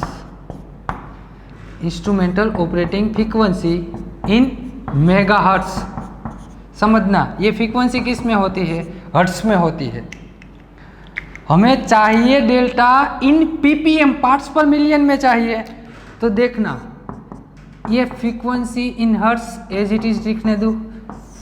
ये इंस्ट्रूमेंटल ऑपरेटिंग फ्रीक्वेंसी है, इसको मैं हर्ट्ज में कन्वर्ट करूँ तो ये जो मेगा हर्ट्ज है उसको 10⁶ भी लिख सकते हैं, 10⁶ हर्ट्ज। ये दोनों बात सेम हो गई। एक और बात, अभी हमें आंसर मिला है हर्ट्ज में, हमें चाहिए क्या, पीपीएम में। पीपीएम यानी parts per million. Parts per million में यदि हमें चाहिए तो इसको हमें 10⁶ से मल्टीप्लाई करना होगा, फिर लिख सकते हैं पीपीएम। ये अब हमारा डेल्टा आ गया पीपीएम में। अब जो जो कॉमन है उसे cancel, 10⁶ cancel out, hertz hertz cancel out, बाकी क्या बचा, frequency upon instrumental operating frequency into ppm. ये आ गया हमारा डेल्टा इन पीपीएम। तो क्या लिख सकते हैं, difference in frequency, instrumental operating frequency, direct लिख सकते हैं पीपीएम। अब दिक्कत कहाँ हो सकती है वो समझो। अब दिक्कत कहाँ हो सकती है, आपको एग्जाम में क्या दिया होगा, आपको एग्जाम में दिया होगा frequency in hertz, instrumental operating frequency in megahertz. लेकिन यहां ध्यान से देखो, यही दिया होगा सभी एग्जाम में, इसको हर्ट्ज में देते हैं फ्रीक्वेंसी को, इंस्ट्रूमेंटल ऑपरेटिंग फ्रीक्वेंसी को मेगाहर्ट्ज में ही देते हैं। दिक्कत कहाँ आती है, ये जो मेगाहर्ट्ज है उसका कन्वर्जन हमने कर दिया है ऑलरेडी, उसी के बाद ये फॉर्मूला आया है। ये जो फॉर्मूला आया उसी के बाद आया है। इसीलिए आपको एग्जाम में जब ये इंस्ट्रूमेंटल ऑपरेटिंग फ्रीक्वेंसी मेगाहर्ट्ज में दी हुई है, मान लीजिए आपको 400 मेगाहर्ट्ज दी हुई है, लेकिन उसमें से आपको सिर्फ और सिर्फ लिखना क्या है, 400 ही यहाँ लिखना है, क्योंकि ये मेगाहर्ट्ज यूनिट का कन्वर्जन हमने यहाँ ऑलरेडी कर दिया है। इसीलिए यहाँ से हम सिर्फ क्या लिखेंगे, 400 ही लिखेंगे। यानी कि यहाँ यदि आपने यह मेगाहर्ट्ज लिखा तो आपका यहाँ फिर से 10⁶ आ जाएगा, क्योंकि हर्ट्ज मेगाहर्ट्ज को हर्ट्ज में कन्वर्ट करोगे आप तो 10⁶ फिर से आ जाएगा। ऐसा नहीं करना, क्योंकि हमने ये ऑलरेडी कर दिया है। तो चलो एग्जाम्पल देखते हैं। लिखो पहला एग्जाम्पल, इफ क्वेश्चन लिखिए आप, मैं सॉल्व करवाता हूँ आपको। If instrument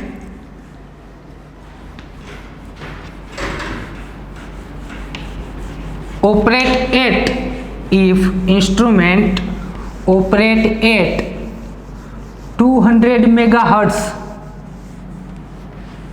if instrument operate at 200 megahertz and proton absorb 600 hertz more frequency, 600 hertz more frequency than reference proton, then calculate delta ppm। क्या कहा हमने, इंस्ट्रूमेंटल ऑपरेटिंग फ्रीक्वेंसी क्या है भाई हमारी, 200 मेगाहर्ट्ज है। ध्यान से देखना, पहले बात फिर से रिपीट करता हूँ question. Instrument operate at 200 megahertz, instrument operate at 200 megahertz. If proton absorb 600 more frequency than reference proton. 600 proton की फ्रीक्वेंसी हमने यहाँ पे जो देखो डायरेक्ट हमें क्या दिया है, डेल्टा न्यू दिया हुआ है, डेल्टा फ्रीक्वेंसी दी हुई है। डेल्टा फ्रीक्वेंसी दोनों का डिफरेंस कितना दिया हुआ है, 600 हर्ट्ज। हमें फाइंड क्या करना है, डेल्टा इन पीपीएम। तो समझो फॉर्मूला क्या था डेल्टा पीपीएम का, delta is equal to delta nu upon instrumental operating frequency, instrumental operating frequency. Direct answer आएगा किसमें, पीपीएम में। लेकिन हमें यहाँ से क्या क्या लिखना है समझना। चलो हम दोनों तरीके से क्वेश्चन सोल्व करते हैं। यहाँ हर्ट्स में दिया हुआ है, लिख लो direct 600 hertz. Instrumental operating frequency किस में दी हुई है, 200 मेगाहर्ट्ज में। तो लिखो, पूरा लिखना, अभी पूरा लिखना, 200 मेगाहर्ट्ज। यहाँ पे हर्ट्स लिखो, ये 600 एज इट इज, 200 मेगाहर्ट्ज को मैं हर्ट्ज में कन्वर्ट करता हूँ तो क्या लिखना पड़ेगा, 10⁶ हर्ट्ज। लेकिन अभी तक आंसर किस में आया, हमारा हर्ट्ज में आया। हमें चाहिए क्या, डेल्टा पीपीएम। पीपीएम में चाहिए, यानी कि 10⁶ से मल्टीप्लाई करना होगा, तभी हमारा क्या आएगा, पीपीएम आएगा। और ये 10⁶ cancel out, hertz cancel out, 20 cancel out, 6/2 ppm. क्या आ गया हमारा, 3 पीपीएम, यानी कि हमारे प्रोटॉन की डेल्टा पीपीएम कितनी हो गई, 3। दूसरा, हम डायरेक्ट, ये जो पहले मेथड थे, लेकिन हम यूज़ करेंगे ये वाली मेथड, क्योंकि आपको सभी में ये चेंज नहीं करना है। देखना कैसा लिखा जाता है वो देखो, instrumental operating frequency, direct answer आएगा। देखो यहाँ से आपको सिर्फ क्या लिखने का है, 200 ही लिखने का है। इंस्ट्रूमेंटल ऑपरेटिंग फ्रीक्वेंसी में सिर्फ 200 लिख लो, और ये जो फ्रीक्वेंसी का डिफरेंस है उसमें से सिर्फ उसका डिजिट लिखो, उसका यूनिट मत लिखो। यहाँ क्या आएगा, 600, डायरेक्ट लिख दो पीपीएम, आंसर वही आएगा। देखो 3 पीपीएम। बार बार हमें यूनिट चेंज कन्वर्जन करना ना हो, इसीलिए ये डायरेक्ट फॉर्मूला जिसको हमने पीपीएम में कन्वर्ट ऑलरेडी कर दिया है, यानी कि वहाँ से हम मेगाहर्ट्ज फिर से यहाँ ना लिखे। ये थी हमारी डेल्टा पीपीएम की पहला सम। बात करते हैं दूसरा सम। लिखो, दूसरा क्वेश्चन लिखो।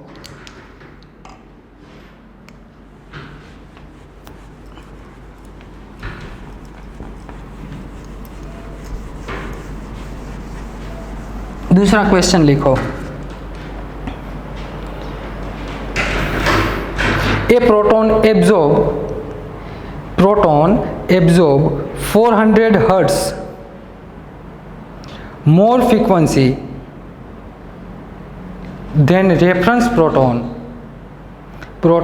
absorb 400 hertz more frequency than reference proton if instrument operate at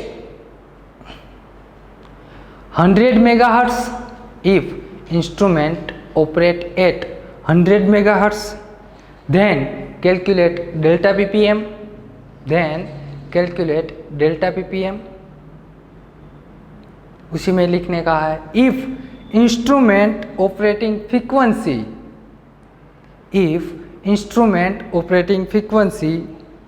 increase till 500 megahertz. If instrument operating frequency increase 500 megahertz, then calculate change in wave frequency. तो देखो हमें यहाँ क्या दिया हुआ है, प्रोटॉन की फ्रीक्वेंसी जो चेंज दिया हुआ है वो 400 हर्ट्ज है। इंस्ट्रूमेंटल ऑपरेटिंग फ्रीक्वेंसी क्या दी हुई है, पहले 100 मेगाहर्ट्ज दी हुई है। एंड इंस्ट्रूमेंटल ऑपरेटिंग फ्रीक्वेंसी को बढ़ा के उसने क्या कर दिया, 500 मेगाहर्ट्ज कर दिया। यहाँ पे पहले हमें डेल्टा पीपीएम फाइंड करने की है, और जब इंस्ट्रूमेंटल ऑपरेटिंग फ्रीक्वेंसी ज़्यादा हो जाए तब हमें डेल्टा न्यू फाइंड करने का है, वेव फ्रीक्वेंसी फाइंड करने की है। चलो ये एग्जांपल सोल्व करते हैं, आराम से समझो मैं कैसे सोल्व करता हूँ, बाद में आप ट्राई करना। पहले ये एंड वाला पोर्शन रहने दो, उसके ऊपर का देखो, उसके ऊपर का तो कॉमन हमने अभी आगे एक सम किया, वैसा का वैसा ही है। हमें चाहिए क्या, डेल्टा इन पीपीएम, तो लिख लो delta nu upon instrumental operating frequency. Delta nu क्या दिया हुआ है, हमने जो दूसरी मेथड यूज़ की ना वही मेथड से करेंगे, सिर्फ और सिर्फ क्या लिखेंगे, डिजिट लिख लेंगे दोनों का। लेकिन एक ये बात याद रखना, ये जो फ्रीक्वेंसी दी हुई होगी आपको हर्ट्स में होनी चाहिए और ये दिया हो वो आपको मेगा हर्ट्स में होना चाहिए। जनरली ऐसा ही होगा, कभी कभी चेंज करते हैं लेकिन बारी बारी ऐसा चेंज नहीं करते, इसीलिए आप सिर्फ ये देख लेना। डेल्टा न्यू कितना है, 400 है और इंस्ट्रूमेंटल ऑपरेटिंग फ्रीक्वेंसी 100 है, तो इसका आंसर आ गया 4 ppm। चलो इसका ग्राफ ड्रॉ करते हैं, कैसा होता है इंस्ट्रूमेंट में, ये कहाँ डेल्टा ppm पे ये हमें सिग्नल मिला, ये कैसा होता है। मान लीजिए ये हमारा इंस्ट्रूमेंट हो गया, इंस्ट्रूमेंट की फ्रीक्वेंसी क्या है 100 मेगाहर्ट्ज से वो ऑपरेट हो रहा है, यानी कि यहाँ क्या आएगा 0, ये जो रेशियो आएगा वो 100 के फॉर्म में आएगा, 200, ये आ गया 300 और ये आ गया हमारा 400। देखना भाई देखना, हमें जो पीक मिला है, NMR का पीक मिला है वो 400 पे है, तो यहाँ पे होगा ये एक पीक आ गया। समझना मेरी बात क्या बता रहा हूँ, ये एक पीक आ गया। अब ये पीक की हमें क्या चाहिए, डेल्टा ppm चाहिए। ये क्या है, वेव फ्रीक्वेंसी है, ये क्या है, इंस्ट्रूमेंटल ऑपरेटिंग फ्रीक्वेंसी है। हम करेंगे क्या, wave frequency divided by instrumental operating frequency, यही किया, आंसर क्या आ गया 4 डेल्टा ppm। उन्होंने दूसरा क्वेश्चन क्या पूछा है, यदि मैं 500 मेगाहर्ट्ज कर दूं इंस्ट्रूमेंट की फ्रीक्वेंसी, देन चेंज किस में आएगा, ये वेव फ्रीक्वेंसी कितनी हो जाएगी, ऐसा पूछा है। तो ऐसे क्वेश्चन को कैसे सोल्व करें, हमें डेल्टा ppm का तो पता लग गया, अब हमें चेंज कहाँ करना है, इंस्ट्रूमेंटल ऑपरेटिंग फ्रीक्वेंसी में। तो फॉर्मूला लिख लो पहले, delta ppm is equal to delta nu upon instrumental operating frequency. Delta ppm का पता हमें चल गया, या क्या आएगा 4 ppm, न्यू हमें फाइंड करना है और इंस्ट्रूमेंटल ऑपरेटिंग फ्रीक्वेंसी उसने बता दी 500, यहाँ लिख लो 500, ये दोनों का समेशन कर दो, क्या आ जाएगा 2000 हर्ट्स आ जाएगा। फ्रीक्वेंसी किस में होती है, हर्ट्स में, तो आ गया हमारा 2000 हर्ट्स। देखो वहीं ही पिक मिलेगा, और यहाँ से सॉल्व करो और यहाँ से सॉल्व करो, दोनों का डेल्टा ppm फिक्स आएगी। चलो मैं इसको दिखाता हूँ, ये हमारा इंस्ट्रूमेंट 500 मेगाहर्ट्ज से ऑपरेट हो रहा है, यहाँ आ गया 0, तो यहाँ क्या लिखना पड़ेगा 500, यहाँ 1000, यहाँ आएगा 15, यहाँ आएगा 2000।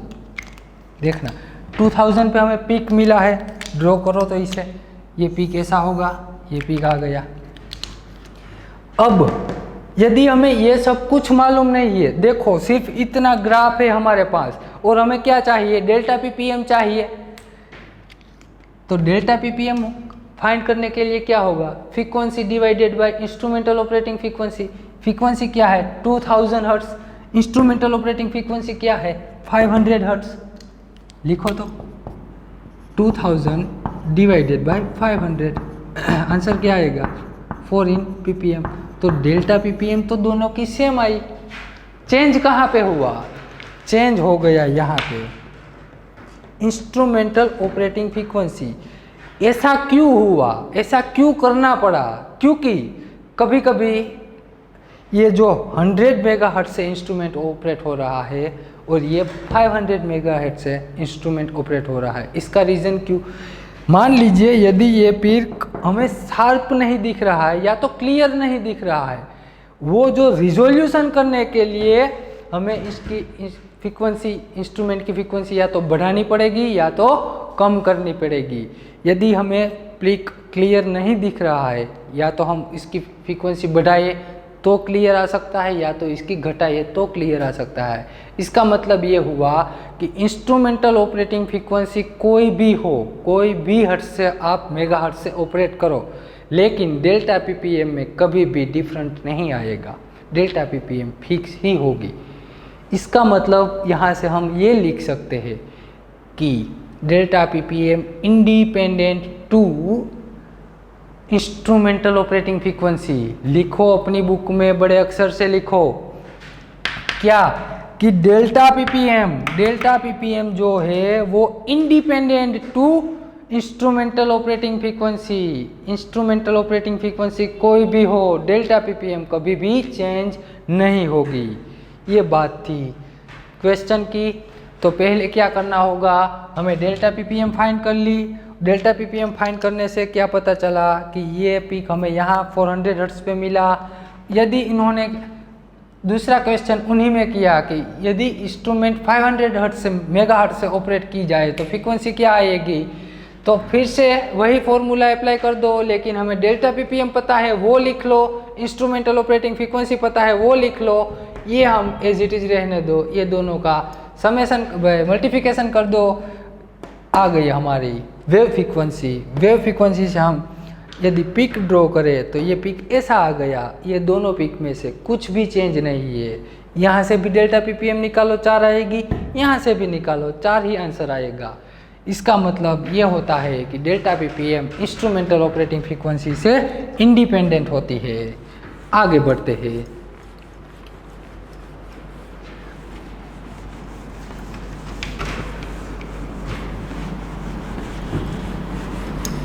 टाइटल लगा दीजिए सम इम्पोर्टेंट केमिकल शिफ्ट की जो आपको याद रखनी है किसी भी हालत में, और याद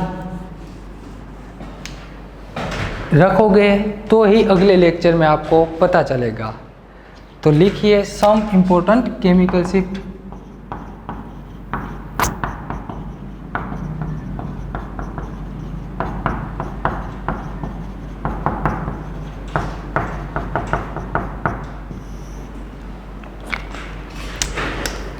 मैं लिखता जाता हूँ, साथ में आप भी लिखते जाओ।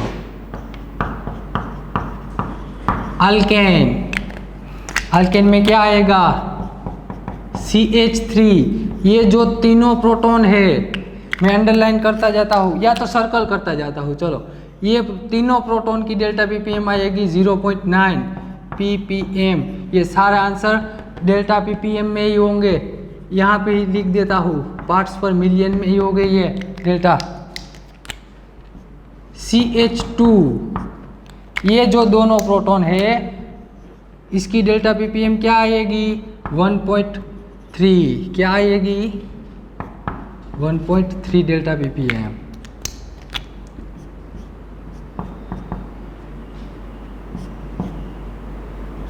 और ये जो CH का हाइड्रोजन है, इसको ऐसे ही लिखो, CH का हाइड्रोजन है, इसकी डेल्टा पीपीएम क्या आएगी 1.5। ये वाले प्रोटॉन की डेल्टा पीपीएम आएगी 1.5। बात करते हैं अल्कीन की। अल्कीन में क्या आता है CH2, हमने यह लिखा था, समझा था। क्या आएगी इसकी डेल्टा पीपीएम 5.9। बात करते हैं अल्काइन की। अल्काइन हमने ये भी देखा था एसिटिलीन में CH, ये वाले हाइड्रोजन की डेल्टा पीपीएम होती है 2.8। बात आती है बेंजीन के प्रोटॉन की, या तो लिखते हैं एरोमेटिक प्रोटॉन। एरोमेटिक प्रोटॉन, ये जो बेंजीन का प्रोटॉन होगा भाई, इसकी क्या आएगी, इसकी केमिकल शिफ्ट आएगी 6.5 से 8.5 के बीच में आएगी। बात करते हैं एलाइलिक प्रोटॉन। एलाइलिक प्रोटॉन,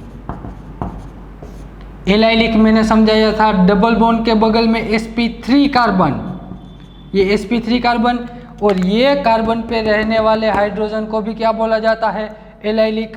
यानी कि ये तीनों प्रोटॉन की डेल्टा पीपीएम आएगी 1.7। बात करते हैं बेंजाइलिक की। बेंजाइलिक प्रोटॉन, यहाँ पे डबल बॉन्ड के बगल में sp3 कार्बन, वैसा बेंजीन रिंग के बगल में sp3 कार्बन। समझो, ये बेंजीन रिंग उसके बगल में sp3 कार्बन हो तो उसे हम बेंजाइलिक पोजीशन बोलते हैं, और उसकी डेल्टा पीपीएम आती है 2.5। बात करते हैं यदि हेलोजन के बगल में हो, हेलोजन के बगल में, यानी कि फ्लोरीन से कार्बन जुड़ा है और यह कार्बन से हाइड्रोजन जुड़ा हुआ है, तो उसकी डेल्टा ppm आएगी 4.4। यदि क्लोरीन के साथ कार्बन और कार्बन के साथ हाइड्रोजन जुड़ा हुआ है तो उसकी आएगी 4.0 डेल्टा ppm। ब्रोमीन के साथ कार्बन और कार्बन के साथ यदि हाइड्रोजन जुड़ा हुआ है तो उसकी आएगी 3.4 डेल्टा ppm। और आयोडीन के साथ कार्बन और कार्बन के साथ हाइड्रोजन है तो उसकी आएगी 2.4। अब बात करते हैं ईथर की, ईथर डेरिवेटिव। यदि ऑक्सीजन के साथ कार्बन और कार्बन के साथ हाइड्रोजन हो तो उसकी आएगी 2.5। एक और बात समझा देता हूँ, ये फिक्स यानी कि इसकी अगल बगल में आ सकती है, ऐसा नहीं कि ये यही आएगी और या यही आएगी। इसके अगल बगल में, इसके आसपास कौन से ग्रुप है, कौन से फंक्शनल ग्रुप के, इसके हिसाब से इसमें थोड़ा बहुत चेंज होता है, इक्वल टू चेंज होता है। ये फिक्स नहीं होता कि इसका इतना ही आएगा। आया पता चला? ये 1.5 तक भी जा सकता है, 1.4 तक भी जा सकता है और ये 1.9 तक भी जा सकता है। यानी कि ये दोनों का एवरेज लिखते हैं हम, इसकी रेंज का एवरेज लिखते हैं। आई बात समझ में? यहाँ आ गएगा 1.7। ईथर में कार्बन के पास जो हाइड्रोजन है उसकी आएगी 3.5। बात करते हैं अल्कोहल की। समझना में अल्कोहल में किस प्रोटॉन की बात करता हूँ भाई? OH, कार्बन और इनसे जुड़ा हुआ प्रोटॉन। अल्कोहल में ऑक्सीजन वाला प्रोटॉन की बात नहीं कर रहा हूँ, कार्बन के साथ जुड़ा हुआ है प्रोटॉन, उसकी आएगी 3.5। आगे बढ़ते हैं, अल्कोहल आ गया। बात करते हैं एस्टर की।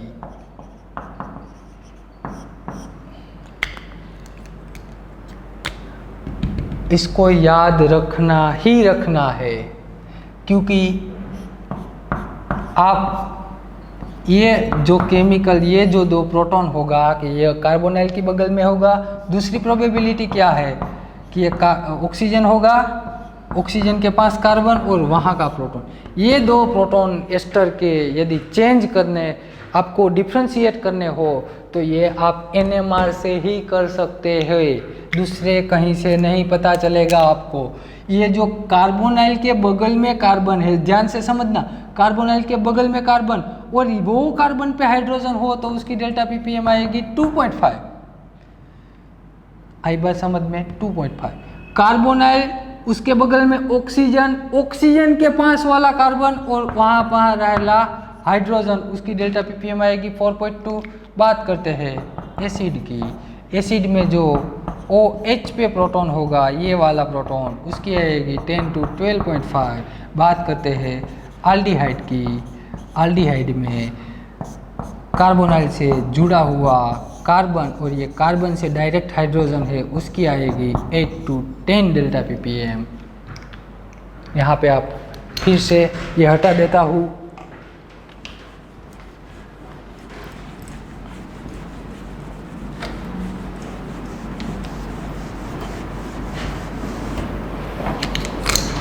एल्डिहाइड आ गया, एसिड आ गया, अब क्या बचा? Alcohol, hydroxy.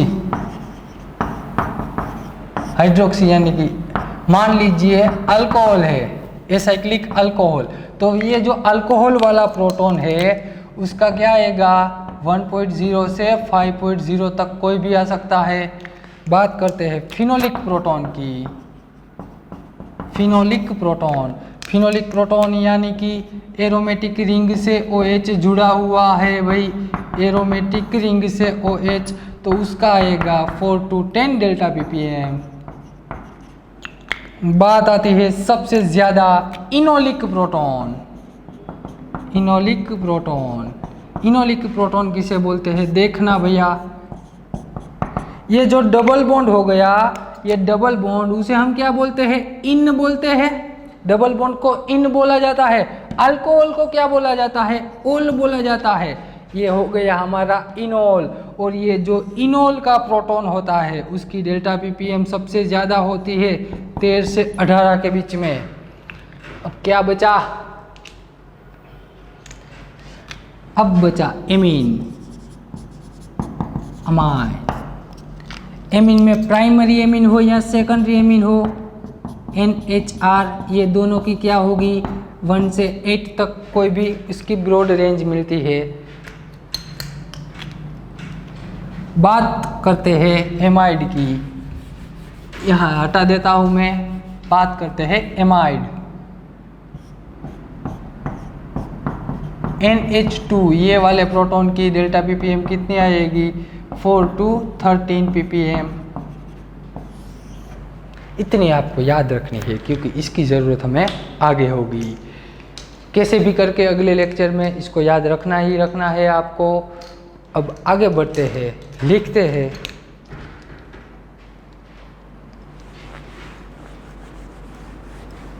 NMR स्पेक्ट्रोस्कोपी में कौन कौन से सोलवेंट यूज होते हैं, तो क्वेश्चन लिखिए।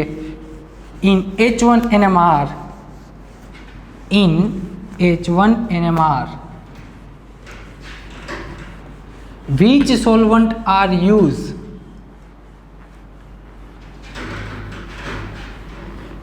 क्योंकि हमें अगर कोई भी सैंपल का NMR डेटा निकालना हो तो उसे पहले क्या करना होगा, किसी सॉल्वेंट में सोल्यूबल करना होगा, बाद में हम उसका डेटा निकाल सकते हैं। इसीलिए लिखते हैं question, which solvent are use in, question क्या है, विच सॉल्वेंट यूज्ड इन H1NMR। पहले H1NMR की बात करते हैं, H1NMR। तो उसका आंसर क्या आएगा, पहला तो क्या है हैवी वाटर D2O यूज हो सकता है। दूसरा क्या है, देखो ये कोई एग्जाम में पूछे जाने वाले ऐसे क्वेश्चन तो है नहीं, लेकिन अब यदि MSc BSc में हो तो आपको ऐसा क्वेश्चन 2 मार्क्स इन थियरी में पूछे जाए तो लिखना, इसलिए लिख देते हैं DMSO। DMSO यानी कि डाइमिथाइल सल्फोक्साइड, CH3 और CH3। यदि हम ये DMSO यूज़ करें तो ये प्रोटॉन तो अपने सिग्नल NMR में देंगे, लेकिन उसका पता हमें पहले से होता है, उसकी डेल्टा ppm 2.62 डेल्टा ppm है। क्या है ये, मिथाइल के 6 के 6 प्रोटॉन की डेल्टा ppm 2.62 है। और NMR में अगर हमें यहाँ पे पिक मिलेगा ही, NMR में यहाँ पिक मिलता है 2.62 पे, वो हमें मालूम होता है कि वो तो हमारे सॉल्वेंट का है, इसीलिए स्ट्रक्चर प्रिडिक्ट करने में ये पिक हम कंसीडर नहीं करते हैं। दूसरा क्या आएगा, DMSO D6। DMSO D6, D6 में क्या होता है, ये जो हाइड्रोजन है, ये 6 हाइड्रोजन, उसको हटा के मैं ड्यूटेरियम रख देता हूँ CD3। ये NMR में पिक, H1NMR में पिक नहीं देंगे क्योंकि ये यहाँ हाइड्रोजन तो है नहीं कि जो डिटेक्ट हो सके। फिर क्या यूज हो सकता है, मिथाइल साइनाइड। यहाँ पे भी मिथाइल आया और मिथाइल के तीनों प्रोटॉन तो सिग्नल देंगे और इसकी डेल्टा ppm होगी 2.0 डेल्टा ppm। ठीक वैसे ही ये 2.0 पे पिक मिले तो वो हमें कंसीडर, स्ट्रक्चर प्रिडिक्ट करने में कंसीडर नहीं करना है। बाद में क्या यूज हो सकता है, CCl4 हो सकता है, CdCl3 हो सकता है। ये सारे सॉल्वेंट H1NMR में यूज हो सकते हैं। अब बाकी बातें अगले लेक्चर में करेंगे। मिलते हैं फिर स्पेक्ट्रोस्कोपी के साथ। Thank you.